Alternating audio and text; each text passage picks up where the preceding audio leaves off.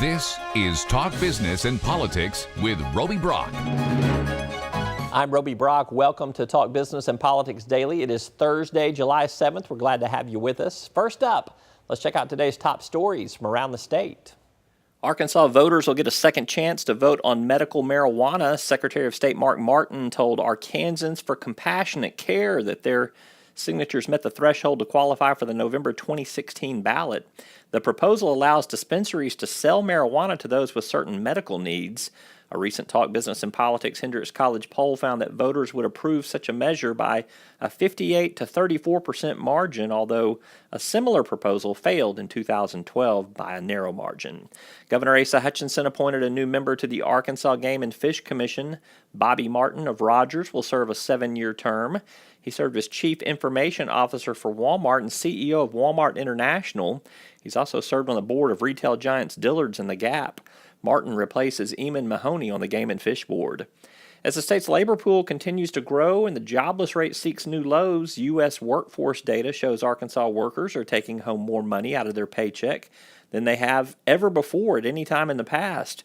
Average disposable income in Arkansas is up to $35,187, ranking the state 41st among the 50 states.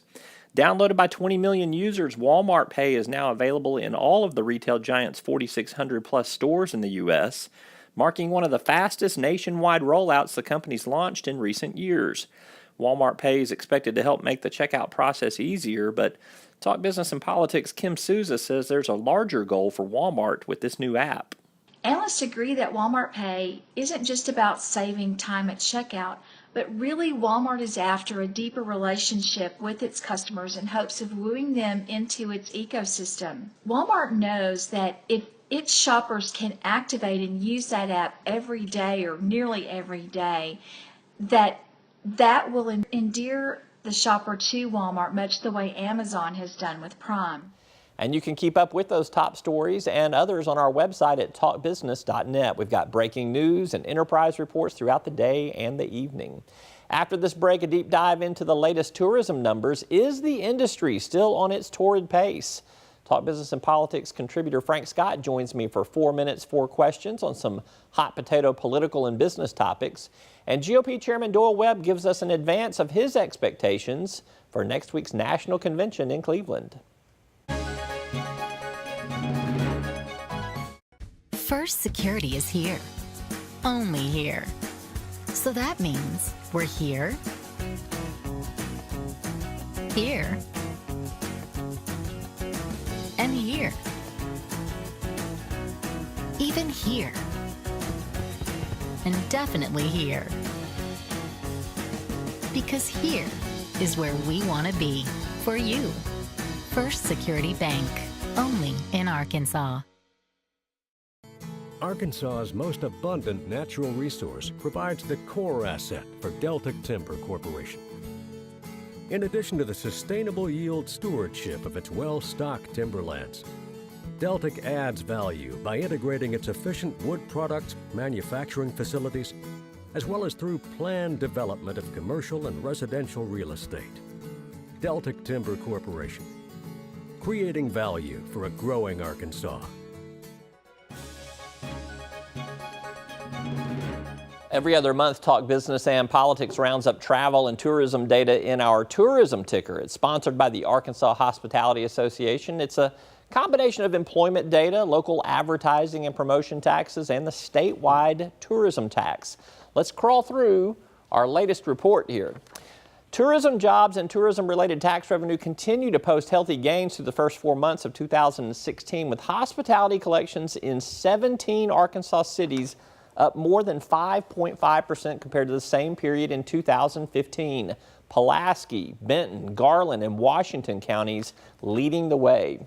Now, collection of the state's 2% tourism tax continues on a record pace, with collections up 4.6%. For the first 4 months of this year, the state tax brought in $4.4 million and set new records in January, February, and April. On the employment front, tourism and travel jobs, they set a new record also. The monthly average jobs in January through April was 116,650. That's up 6.2% compared to the same period of 2015. But in April, hospitality and tourism jobs totaled 117,500, an all-time high. You can read more analysis on our tourism ticker at our website at talkbusiness.net, where you can also find a PDF version of the ticker if you want to download it and send it around. Another quick word from our sponsors, and Frank Scott joins us to talk business and politics. And then Doyle Webb, chairman of the Arkansas GOP, he'll be leading the state's Republican delegation to Cleveland next week. Will there be a Donald Trump revolt? We'll find out after this.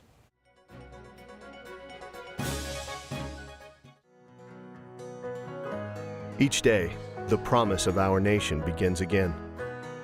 Arkansas and America moving forward. I help make that promise a reality. It's not for everyone, but people everywhere depend on us. Oh, I love you too, sweetie. Trucking delivers, or everything stops.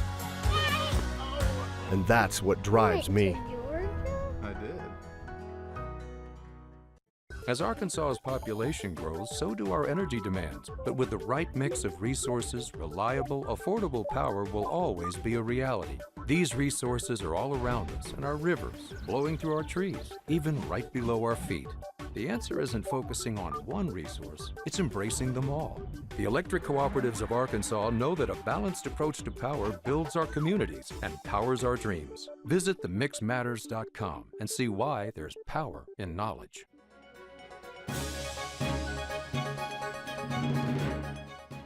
4 minutes, 4 questions. That is how we play this hot topic round of Q&A. I'm with Frank Scott. He's a Talk Business and Politics contributor, Highway Commissioner, Port Authority member, and banker. I got them all. All three. I got it all. All right. So I asked the first question, and I'm coming to you on a column that you recently wrote about the Dodd-Frank bill that bankers have complained about ever since it's passed. You basically have pointed out, though, that there are some things that are happening that are affecting smaller banks and their ability to loan kind of local customers, particularly those with some questionable credit scores. My question to you is, what constitutes a good credit score these days? And the changes that you've talked about, what kind of credit score range are we talking about that impacting? Well, one, thank you so much for touting the column. Is one of the things that I think we as bankers want to make sure we get the word out about it. Number one, because we, the community bankers, weren't the cause of the financial crisis. This particular Dodd-Frank rule, the ability to replay rule, has a lot to do with credit scores. In that credit scores, we're talking about somewhere between 600 and 640, depending on that bank. And we're starting to see now a lot of small business owners who have the economic means but not the credit score. We're also seeing a lot of low-income individuals who may have had some hard times, who now have the economic means but do not have the credit score, and they're not being able to get it. So it's on all streams of the spectrum. All right. Your turn to ask the next question. Well, right now, as we see now, with all things going on now with Secretary of State Hillary Clinton, that she's now eyeing some of the vice presidential candidates to be a part of her campaign. Some could see that this can help her shore up some votes in some swing state areas, right, as well as kind of help the Bernie base that Bernie's kind of created. What are your thoughts on it? So I think that Hillary Clinton's got 2 routes to go on her VP pick. She can do the safe electoral college strategy, where she picks someone that will, you know, basically put a swing state a little bit more in the solid D or blue category there. And then I think she could also pick someone that's not in one of those swing states that shores up that Bernie base that you talked about. I feel like she'll go with the swing state strategy. If I had to put money on it today, and it would not be a big bet, I can tell you that, Frank. But I think she'd go with the swing state strategy. It's safer electorally, and that's where she's either going to win or lose, I think. And then on the Trump side, I think he's got 2 kind of options there. I think he can go with a more cerebral, gravitas kind of pick to kind of help him beef up his chops on foreign policy or domestic or whatever, or he could go big personality to complement his big personality and just say, we're going to make this whole race about personality. And I think he may go personality. I think he may pick like a Newt Gingrich or a Chris Christie personality over that. So we'll see. Which Newt Gingrich would actually give him a little bit of gravitas in there too. I exceeded my 1 minute there. All right, my last question to you. Senator Tom Cotton said in a recent interview that I did with him that he thinks that on the heels of the Brexit vote, Great Britain ought to be invited into NAFTA, the North American free trade agreement, maybe the North Atlantic Free Trade Agreement. What do you think about that? I think that's actually a pretty interesting idea, something that I probably would support. I'm a big proponent for free trade, particularly. It was also good to hear Senator Cotton discuss briefly the Trans-Pacific Partnership, where he's still kind of reviewing and researching. He didn't automatically say no, but if we were going to look to that, I think right now we're closely aligned with the UK in a lot of different things from a banking standpoint, from financial services. And so if we're already closely aligned with them on the banking standpoint, it'd be a really good idea for us to get on board with them on trade. All right. Last question is yours. Serve it up. My last question, a lot of things have been going on as well. Last week, Governor Hutchinson recently came out and said, hey, I want a clear view on highway funding moving forward at the Arkansas Good Roads Foundation luncheon. What are your thoughts on him being able to give that clear challenge to the legislature, to the Highway Commission, all those parties involved, and with that clear challenge of saying, hey, we can look at some funding for it, but we can't raise taxes right now, and if we do raise taxes, it has to go towards the people. Your thoughts? It's music to your ears as a highway commissioner. He wants to do a long-term highway plan and not raise taxes. That's so easy, isn't it? Not really. So I see a couple things playing out. I think that the governor is going to want to get another tax cut under his belt in the next legislative session. And then this is me going way out on a limb, and I hate that I'm making this prediction because I'm probably going to have somebody throw this in my face eventually, but I think that he will probably let voters vote on a potential tax increase, a package that comes out of your working group that you've been a part of. Maybe something comes out of the 2017 session that's either legislature referred or a citizens initiative. I'm not sure he gets behind it 100% though if it involves a tax increase. Sounds like forward movement to me. Yeah, well, we'll see. But something will move, but it'll be next year, not this year. All right, he's Frank Scott. Good to have you with us as always. Thank you. 4 minutes, 4 questions. Good stuff there. All right, when we come back, Doyle Webb, Arkansas GOP chairman, joins us. Will there be a revolt at the GOP convention in Cleveland next week? We'll find out after this.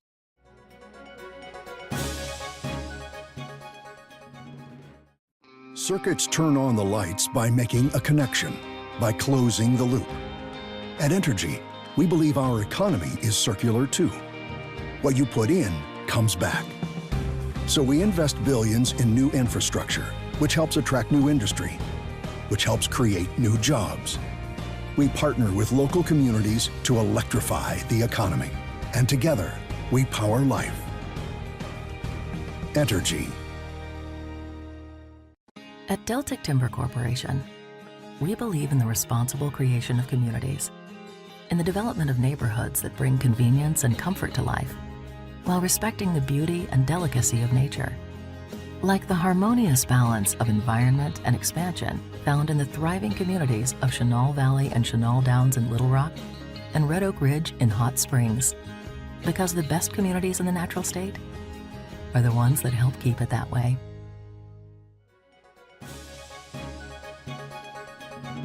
Doyle Webb is serving his 4th term as chairman of the Republican Party of Arkansas. We need term limits on that, by the way. So next week, he's going to lead the Arkansas presidential delegation to Cleveland for the national GOP convention, where Donald Trump's expected to receive the nomination, barring some sort of craziness. How are you? I'm doing great. Good. Do we need term limits on the Arkansas Matter of fact, we had term limits, and my state committee has extended them so that I can run for a couple of more terms. How about that? That's and let me say this, our governor will lead the delegation. I am the chairman, but the governor certainly will lead the delegation. And you're the 3rd longest chairman in the U.S.? In the U.S., All right. That's correct. That's good. Louisiana and who else? Pennsylvania. Pennsylvania. We're getting ready to knock off Pennsylvania. All right, let's talk about first of all, let's talk about the big news of the week, which has been that the FBI said that they are not going to recommend charges be brought against Hillary Clinton in this whole email server scandal. I've heard the partisan rhetoric on both sides. The Clinton campaign says, and Democrats say that she's vindicated. The Republicans say, read the comments of what the FBI director said. There's a lot of guilt still there. Do you think this changes the equation, the narrative that we were on with this campaign? I think that it confirms that there is one level of justice for the Clintons and one level of justice for everyone else. It shows that the president was willing to campaign for her even when she was under investigation. It shows that the former president of the United States was willing to meet with the Attorney General privately before there was a decision made. And it leaves the public wondering, well, what justice is there for me, Joe Bag of Donuts? Do you question the FBI's conclusions, though? Well, if you read it carefully, they basically say if it was another individual, there might have been another conclusion. Yeah. So why do you think charges would not be recommended in that instance if any other individual would? You know, I don't know what goes on behind closed doors, but it sure makes me skeptical of the judicial system in Washington. Let's talk about next week in Cleveland, Ohio. The GOP is going to be assembled there for the National GOP Convention. We have heard for weeks leading up here that there is a dump Trump movement, that Donald Trump has put the whole thing together. I mean, we've heard a little bit of everything in there. What do you expect to happen next week in Cleveland? Is there going to be a revolt or not? Well, you know, Roby, this will be my 10th convention to attend. I was actually at the 1980 convention when Ronald Reagan was nominated, and that was looking at it, it was started out being a contentious convention. I don't think this one will be that contentious. I think there will be some good entertainment. I think there will be some people that Donald Trump was not their first choice, but I'm going to tell you that the overwhelming majority of delegates will be supportive and excited, and we will leave Cleveland excited about who our nominee is. Arkansas Republicans picked Donald Trump in their primary here. I think he won 58 or 75 counties. Can't remember the exact percentages there, but Marco Rubio had a lot of establishment support from the GOP. Ted Cruz had a lot of party faithful. I saw at a lot of his events. Are you sensing that some of those Arkansas Republicans are lukewarm on Donald Trump, or have they said the common enemy here is Hillary Clinton and that's who we're against? Well, certainly Donald Trump doesn't meet everyone's expectations, and I believe that you will see strong Republicans disagreeing with Trump on some issues, some principled issues, which there's nothing wrong with that. We have a system that allows that, but when the day comes for the vote to be cast, they will vote for Donald Trump for President of the United States. You're on the delegate selection process. There's a fancier term for that. Delegate Contest Committee and the Credentials Committee. Tell me how that is going to work. Well, first of all, have y'all already encountered some challenges? Will there be some more? We had the time for filing challenges is up. We had roughly 5 challenges around the nation. That's more than 5 delegates. In some cases, there were full delegations challenged. We have issued some preliminary opinions on that, and we anticipate there being some hearings starting Sunday afternoon. I will start hearing those hearings. Then if they wish to appeal, they'll appeal to the Credentials Committee. Not enough delegates in play that would impact a nomination, but you know, for a delegate, for an individual that wants to go to the convention, it is important. We will give them a fair hearing, and we'll do our best to apply the rules and the law and give them a fair decision. All right, Doyle Webb, best of luck to y'all. We're going to be checking in with y'all all week next week. Glad to do it. From up there. We're hopefully, we've got a couple of reporters on the ground we'll be connecting with, and look forward to it. Best of luck to you. Thank you so much. All right. That is all for this edition of Talk Business and Politics Daily. Don't forget to check out our latest news on our website at talkbusiness.net. There's news stories populating all through the day and evening. You can follow us on Twitter at TB Arkansas or on Facebook or LinkedIn. That's all for today's show. I'm Roby Brock. We'll see you next time.